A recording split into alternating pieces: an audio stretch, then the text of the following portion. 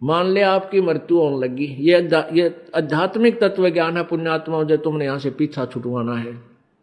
यदि आपको ये ज्ञान हुआ नहीं, भक्ति कर रहे हो, सुख भी देगा भगवान, आपके दुख भी दूर करेगा, आपको धन भी देगा, बहुत सुख कर देगा।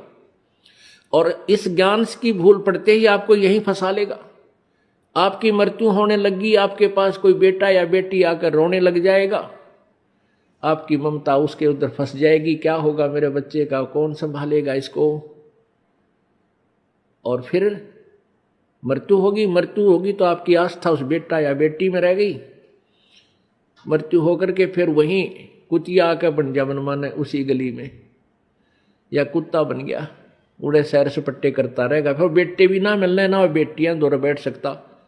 एक परिवार ने खीर बनाई थी, खीर का पात्र था, उसमें सर्फ पड़ गया, पड़ते ही वो मर गया, अंदर बैठ गया नीचे।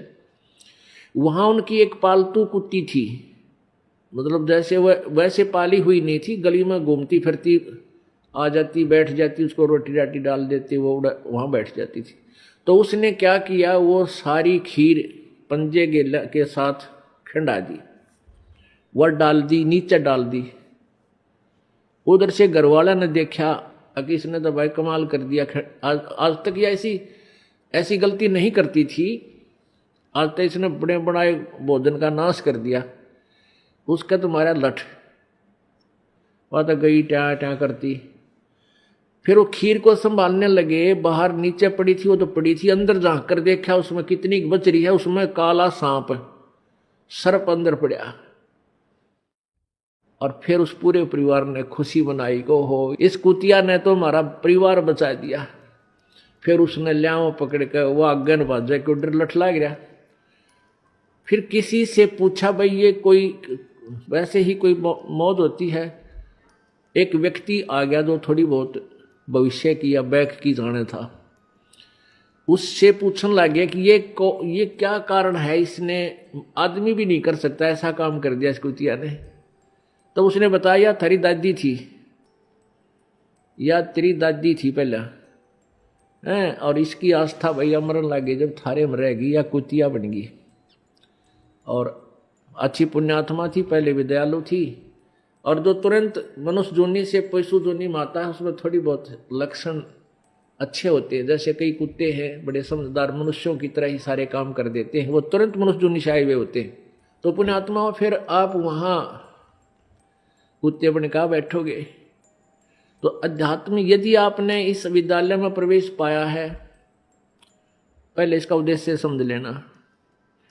इस विद्यालय का उद्देश्य है आपका यहाँ जन्म मृत्यु से सदा के लिए झंझट छुटवा देना, और सतलोक में वहाँ भेज देना जहाँ कभी दुख नहीं, कभी मृत्यु नहीं, कोई रोग नहीं, कोई कोड नहीं, कोई आपदा नहीं आती, किसी चीज का अभाव नहीं, जहां हम पहले रहते थे। अब जब तक आप मालिक के चरणों में रहोगे तो यहां का सुख तो आपको मिलेगा। आपके भाग्य में ना होगा तो भी दाता आपको देगा। ये दयालु है, ये समर्थ है, इसके पास फुल पावर है।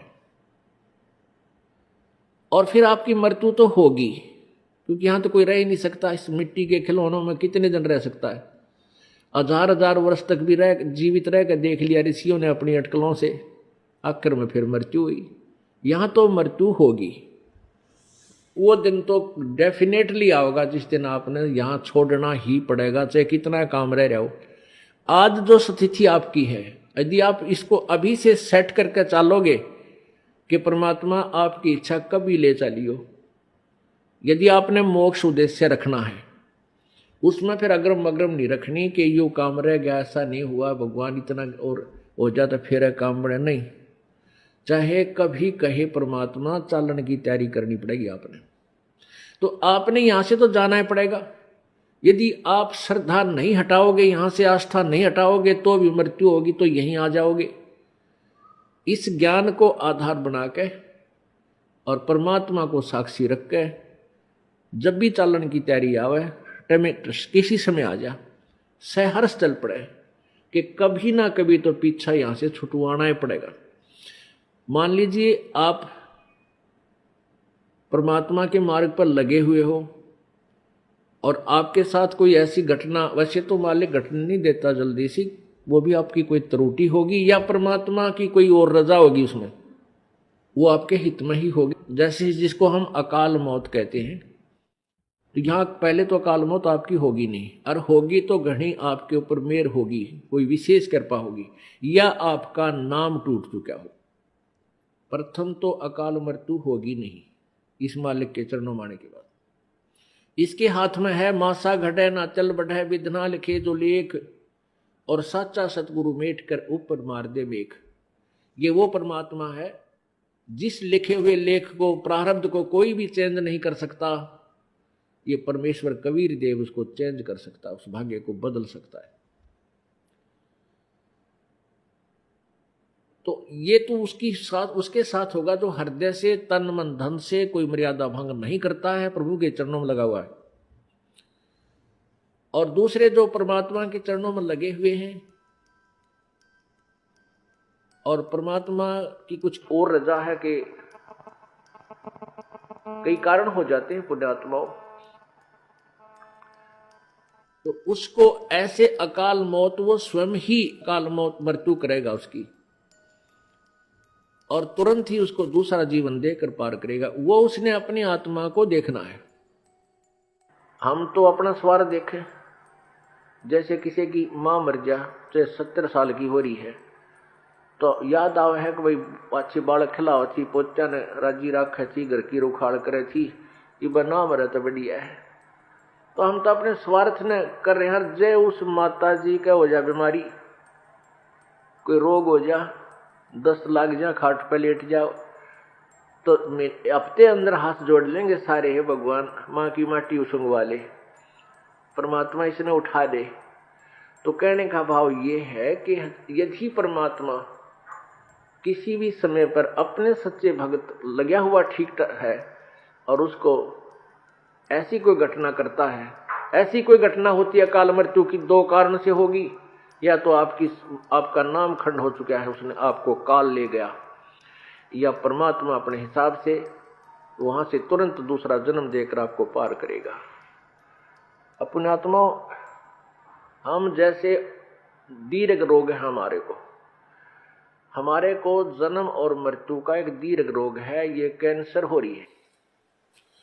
ये प्रभु का हॉस्पिटल है, ये सतलोक आश्रम बरवाला एंड करो था। जब आप इस हॉस्पिटल में प्रवेश पा लेते हो और आपने उद्देश्य ये होना चाहिए कि मैं इस रोग से मुक्ति पाऊं, तो यहां फिर डॉक्टर ने देखना है। जैसे डॉक्टर के पास आप चले गए, आप भयंकर रोगी हैं, फिर डॉक्टर ने ही करना है जो करना है, मरीज की नहीं चलती। वहां पर मरीज की कोई राय नहीं ली जाएगी। डॉक्टर जब चाहोगा इंजेक्शन लाओगा, जब चाहो उसका एक्सरे करेगा, जब उसकी रिपोर्ट लेगा, ब्लड चेक करेगा, ग्लूकोज चढ़ावेगा, इंजेक्शन लगाएगा, और हो सकता है किसी कारण से टांग भी काटनी पड़ जा जीवन बचाने के लिए, तो वो टांग भी काटेगा। तो वहां मरीज अपनी नहीं चलाता है, वो करबद्ध रहता है और डॉक्टर को समर्पण कर देता है कि जो आपको ठीक लगे वही करना। तो यहां आने के बाद आपने अपना अगर जन्म मरण का रोग कटवाना है तो परमात्मा डॉक्टर है, कबीर भगवान हमारे। इस दास को आपका कंपाउंडर छोड़ रखा है, तो आपको जैसा भी यहां हो रहा है उसमें कोई, देखो एक तो आपको गड़बड़ होगी, नाम खंड हो जानते, आपका नाम टूट जाएगा, परमात्मा से आपका कनेक्शन खत्म हो गया। और दूसरा होगा मालिक करेगा, तो उसमें फिर अगरम मगरम नहीं होनी चाहिए, ऐसा क्यों हो गया, ऐसा नहीं होना चाहिए था। तो एक तो सावधानी आपने रखना है कि आपका नाम खंड ना हो, मर्यादा भंग नहीं होनी चाहिए। पुण्यात्माओं, आप इस काल के जाल से अपरिचित हो, इस कारण से इस मार्ग को इतना सीरियसली नहीं लेते। आप केवल पहले आते हो सुख के उद्देश्य से कि मेरा ये हो जा, बेटा हो जा, बेटी हो जा, कार हो जा, कोठी हो जा, टोटा दूर हो जा, कर्जा उतर जा, छोटा मोटा को शारीरिक कष्ट है वो दूर हो जा। ये तो आपको फ्री ऑफ कॉस्ट होगा, यदि आप सच्ची श्रद्धा से भक्ति करनी प्रारंभ कर दोगे, फिर कुछ दिनों के बाद आपको यहां इसलिए बुलाया जाता है भाई हर महीने आना है, दूर देश के हैं वो चल दूसरे महीने 1 महीना छोड़ कर आ जाए, 2 महीने छोड़ कर आ जाए। आपको इसलिए बुलाया जाता है कि ताकि आप इसको इतना सीरियसली नहीं लेते, क्योंकि आप इस मार्ग से परिचित नहीं हो। आपको यहां बुलाया इसलिए जाता है क्योंकि आपको वहां अपने घर से जब चलते हो तो 1 हफ्ता पहले आप परमात्मा के दरबार में पहुंचने के लिए चिंतित हो जाते हो। तो आपकी वो चिंतन भी मालिक के पुण्य में लग जाता है। कोई कार्य को आगे पीछे करते हो, किसी से छुट्टी लेते हो, घर वालों को मीठा बोलते हो कि मैंने जाना है, कहीं ये ना कर दे, और फिर आप वहां से यहां तक आते हो। नंबर 1 तो आपको धनी बनाना है, राम नाम का, भक्ति का धनी बनाना है। परमात्मा का विधान है, संत मिलन को चालिए तज माया अभिमाने, जो जो कदम आगे रखे ओहे यज्ञ समान। क्या बताते हैं परमात्मा, अपना विधान बाप ही बता रहे हैं कबीर जी कि संत मिलन को चालिए। जब सतगुरु के दर्शनार्थ आप चलते हो, अभिमान तज माया अभिमान, किसी प्रकार का भी आप में अभिमान नहीं होना चाहिए, ना धन का हो, ना पद और पोस्ट का हो, किसी प्रकार का नहीं हो। जैसे एक रोगी व्यक्ति जिसको पता लग गया कि तेरी जान जाने वाली है और वो डॉक्टर के पास जाता है, चाहे वो कितना बड़ा अधिकारी है और कितना पैसे वाला है, वहां वो अपनी उस पोस्ट और पैसे को नहीं आगे रखता, उसका दिखावा नहीं करता, अपनी जान बचाना चाहता है। डॉक्टर जहां कहता वहीं लेट जाता है, कपड़े उतारने को कहता तुरंत उतार देता है, कोई रिपोर्ट करवाने के लिए संकेत करता है, लिख कर देता, तुरंत उठकर चला जाता है। तो पुण्यात्मा सच्चे दरबार में जब भगत आवे, उसका दृष्टिकोण, उसका उद्देश्य, उसका भाव ऐसा होना चाहिए जैसे सीरियस रोगी, सीरियस पेशेंट और हॉस्पिटल में जाता है, उसमें कोई नखरा नहीं होता। ऐसे जब आप सच्चे दरबार में आओगे, आपको कितना पुण्य मिलेगा कि जहां से आप चले हो यहां तक आने के जितने भी आपके कदम, यानी जितने कदम बनते हैं, इतने यज्ञ के तुल्य आपको पुण्य मिलेगा उसको जो या निष्कपट भाव से आता है और निर्भिमान होकर आता है। जैसे रोगी जाता है हॉस्पिटल में, तो यहां आपको बुलाने का उद्देश्य ये है, नंबर 1 तो आप धनी हो जाओगे, पुण्य बढ़ेंगे आपके, और जो पैसा आपका खर्च होता है यहां किराए पे आने जाने में, ये भी आपके पुण्य में लिखा जाएगा, आपके धर्म में लिखा जाता है, ये पुण्य हो रहा आपका। तो जितना भी आप यहां परमात्मा के चरणों में आओगे आपका पुण्य बढ़ेगा। फिर आप यहां पर 5 यज्ञ होती हैं। एक यज्ञ है धर्म की, या भंडारा चला है भगवान का दिन रात फ्री ऑफ कॉस्ट परमात्मा की तरफ से। यहां जो आप आते हो 10 रुपये, 50 रुपये, 100 रुपये जैसे भी दान पात्र में डालते हो, उसका फिर सामूहिक रूप से भंडारा होता है, कहीं आश्रम का विस्तार होता है, कोई पंखा आता है, कितने दरी बिछाण की मैट लाते हैं, लैट्रिन बाथरूम बनाए जाते हैं, कमरे बनाए जाते हैं, शेड लगाया जाता है। तो ये आपके पैसे का पुण्य हुआ और यहाँ आने वाली दुखी आत्माओं को चैन हुआ।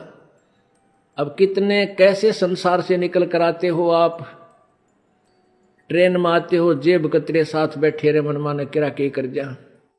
घर से निकलते हो, कोई ठगी है, कोई चोर है, कोई किस तरह का है। व्यापार में भी इस तरह के ना जाने कितने निकम्मे आदमी, या व्यवसाय में अपने कार्य में किरा कितने निकम्मे टाइप के आदमी आपके साथ खसने को तैयार रहते हैं। और ऊपर से फिर आपके ऊपर ये इतनी आपदाएं, कोई रोगी है, किसी को कोई भूत सता रहा है, किसी का पितर रुष्ट है, किसी का देवता रुष रहा है, और ना जाने कितने रोग कोड आपके लगे हुए। और वो प्राणी यहाँ आता है, उसको आते ही गर्म पानी मिला है नहाने के लिए, गरम गरम चाय तैयार मिला है, अपना बैटरी सी चार्ज हो जाती है इसकी, और फिर बिछे बिछाए मैट मिले, रजाई मिले भगवान के बच्चों को, और फिर आपको यहाँ अमृत ज्ञान सुनाया जाता है रात्रि के समय, सर्दी का मौसम, ये दिसंबर और जनवरी का महीना, इसमें ओढ़ कर रजाई शाम के समय और बैठे मालिक का ज्ञान सुने, परमात्मा का प्रसाद छक के, और अपना कितनी आत्मा प्रसन्न होती है। आधा दुख तो यही बोल लेता प्राणी। तो यहां पर कौन आता है?